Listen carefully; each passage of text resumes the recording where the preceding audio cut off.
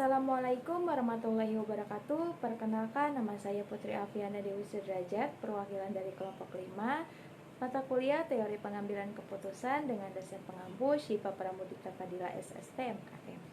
Pada kesempatan kali ini, saya dan teman-teman akan membahas materi tentang teori pengambilan keputusan pada usaha Arabian Food Sadam Alun. Sebelum ke materi, saya akan memperkenalkan anggota-anggota dari kelompok 5 yang terdiri dari 4 orang, yaitu ada saya sendiri, Putri Alfiana Dewi Sudrajat, yang kedua ada Alia Chandra Devi, yang ketiga ada Desi Triwahyuni, dan yang keempat ada Syifa Aulia Dewi. Di sini juga saya akan menyampaikan materi, dan materi seterusnya akan disampaikan oleh teman-teman yang lain. Pertama-tama, saya akan menjelaskan profil usaha. Usaha yang kami pilih yaitu usaha Arabian Food Sadam Alun. Jenis usaha ini adalah usaha kuliner. Arabian Food Sadam Alun Karawang berdiri sejak tahun 2019 dengan nama pemilik Fadwa Milda Askar. Arabian Food Sadam Alun Karawang ini berlokasi di Jalan RM Soleh nomor 439 Sadam Alun Karawang. Sejarah usaha Arabian Food Sadam Alun. Arabian Food Sadam Alun berdiri sejak tahun 2019. Pada saat itu hanya membuka orderan dengan sistem pre-order dan hanya dikenalkan kepada kerabat terdekat saja. Jadi ditambah pada saat itu yang menjual nasi khas Timur Tengah seperti nasi kebuli, biryani, mandi, dan kapsah jarang ditemui di Karawang. Dengan mengandalkan media promosi word of mouth, beberapa masyarakat Karawang antusias sekali ingin mencicipi masakan khas Timur Tengah tersebut. Sampai saat ini Arabian Food Sadam Alun telah berkembang dengan pesat dan sudah banyak customer menjadi langganannya. Ditambah menggunakan media promosi dengan mengandalkan teknologi menjadikan usaha ini sangat mudah ditemui di Karawang. Langsung saja pada pembahasan yang pertama, ada identifikasi masalah.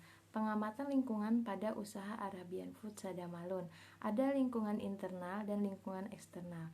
Lingkungan internal meliputi kekuatan dan kelemahan. Kekuatan pada usaha Arabian Food Sadam Alun yang pertama memiliki banyak varian menu makanan dan lokasi yang strategis.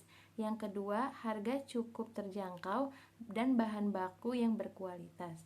Ada kelemahan pada usaha Arabian Food Sadam Alun.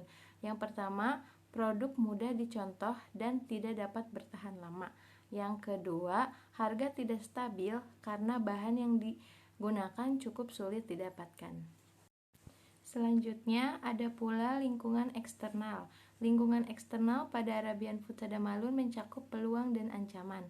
Yang pertama, ada peluang pada usaha Arabian Food Sadam Alun. Arabian Food Sadam Alun memiliki peluang kesempatan besar untuk menguasai pasar dan pemasaran produk mudah dan target pasar yang semakin luas. Serta ada ancaman pada usaha Arabian Food Sadam Alun. Yang pertama, persaingan usaha karena banyak pelaku usaha yang membangun bisnis yang serupa. Yang kedua, harga bahan baku tidak stabil. Rangkuman masalah pada usaha Arabian Food Sadam Alun. Yang pertama, banyak pesaing usaha. Yang kedua, hasil produk makanan tidak bisa bertahan lama dan harga yang ditawarkan cenderung naik karena bahan baku yang sulit didapatkan. Ada pula diagnosa masalah pada usaha Arabian Food Sadam Alun. Banyaknya tingkat persaingan usaha yang serupa sehingga pemilik usaha harus memiliki ide untuk inovasi produk dan bisnisnya agar menarik banyak konsumen dan mempertahankan kualitas produk di bisnisnya. Di sini saya Desi Triwahyuni akan menjelaskan pengumpulan dan analisis data pada usaha Arabian Food. Pertama, ada masalah yang akan diselesaikan.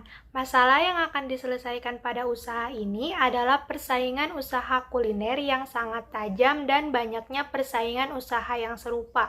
Sehingga owner harus memiliki ide untuk inovasi produk dan bisnisnya agar menarik perhatian konsumen dan mempertahankan kualitas produk pada bisnisnya. Kedua, tujuan pengambilan keputusan. Pengambilan keputusan pada usaha ini yaitu untuk memperoleh banyak konsumen serta dapat meningkatkan pendapatan usaha.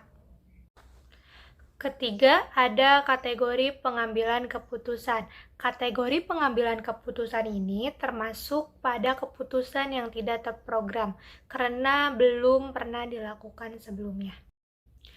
Keempat, ada data yang terkumpul pada hasil observasi lapangan dan wawancara kepada pemilik usaha. Didapatkan data bahwa pemilik telah melakukan promosi dengan berbagai media promosi dan strategi pada usahanya. Maka hasilnya sebagai berikut. Perkenalkan, saya Alia Chandra Depi. Saya akan melanjutkan materi yang ketiga, yaitu pembuatan alternatif keputusan. Data yang dimiliki dari data pendapatan usaha Arabian Food pada tahun 2022 terlihat pada tabel penjualan pada bulan Maret saat keadaan laris 24 porsi, sedang 15 porsi, sepi 9 porsi. Pada bulan April saat keadaan laris terjual 34 porsi, sedang 27 porsi, sepi hanya terjual 20 porsi. Dan pada bulan Mei saat laris 30 porsi, sedang 21 porsi, sepi 12 porsi. Keterkaitan masalah dan tujuan. Masalah, persaingan usaha yang sangat tajam dengan banyaknya persaingan usaha yang sejenis. Tujuan, melakukan inovasi produk dan mempertahankan kualitas produk di bisnisnya sehingga dapat memperoleh banyak konsumen serta dapat meningkatkan pendapatan usaha. Alternatif solusi untuk pemecahan masalah. Kelompok kami memilih analisis pengambilan keputusan dalam kondisi tidak pasti.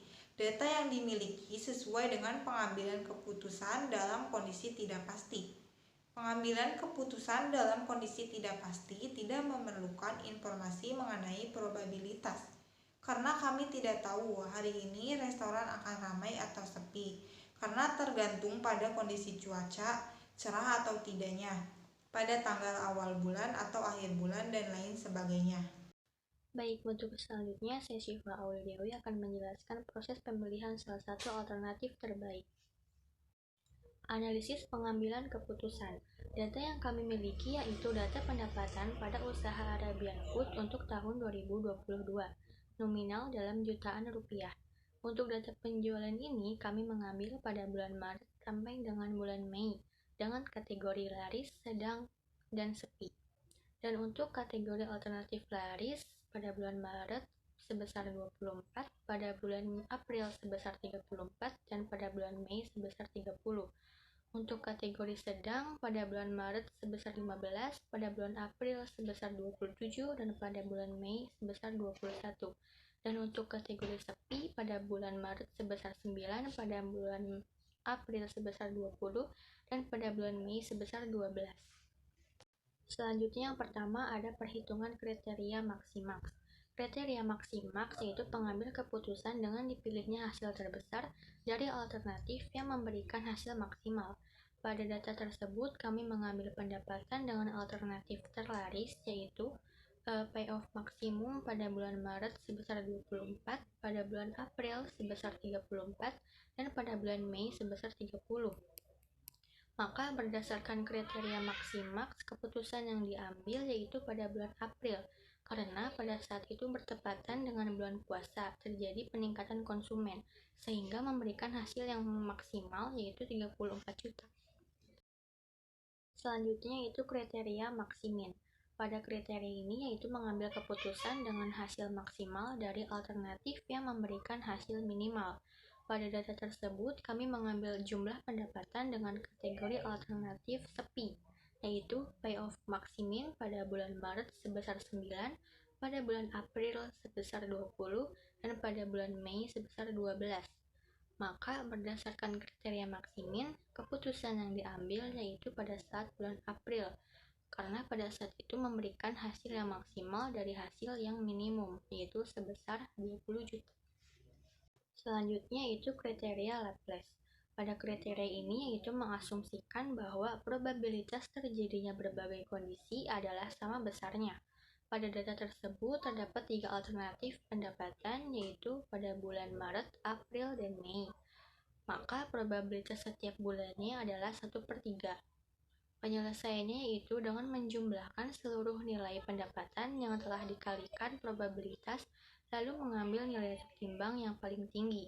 Maka berdasarkan kriteria Laplace, nilai tertimbang pada bulan April ialah yang tertinggi. Maka pengambilan keputusan kami memilih bulan April. Selanjutnya itu kriteria regret. Pada kriteria ini menyelesaikan kasus dengan mengurangi nilai payoff maksimal dengan nilai payoff pada baris yang lainnya. Setelah itu menentukan nilai minimax dari setiap kategori alternatif yang menghasilkan nilai maksimal. Dapat kita lihat pada tabel bahwa pada kategori alternatif laris terdapat nilai payoff maksimal sebesar 34 di bulan April. Nilai tersebut dikurangi dengan nilai payoff pada bulan Maret dan Mei. Lalu pada kategori alternatif sedang terdapat nilai payoff maksimal sebesar 27 pada bulan April.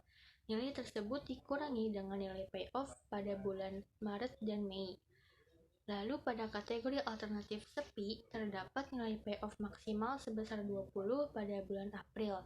Nilai tersebut dikurangi dengan nilai payoff pada bulan Maret dan bulan Mei. Maka berdasarkan kriteria ini, kami mengambil nilai minimax dari setiap kategori alternatif yang menghasilkan nilai maksimal setelah dilakukannya perhitungan regret, dan nilai tersebut adalah sebesar 10 juta. Dengan demikian, pengambilan keputusan kami memilih pada bulan Maret. Yang terakhir ada hasil analisis dan keputusan. Analisis data kelompok kami menggunakan pengambilan keputusan dalam kondisi tidak pasti sebagai berikut. Maksima memilih pada bulan April yaitu sebesar 34 juta. Maksimin memilih pada bulan April yaitu sebesar 20 juta. Laplace nilai tertimbang yang tertinggi ada pada bulan April. Minimax regret memilih pada bulan Maret yaitu sebesar 10 juta. Jadi keputusan dari hasil analisis yang kami lakukan, maka dapat diambil keputusan bahwa dalam kondisi pendapatan usaha Arabian Food pada tahun 2022 di atas, kami memilih alternatif penyelesaian pengambilan keputusan dalam kondisi tidak pasti, karena lebih sesuai dan tidak memiliki probabilitas.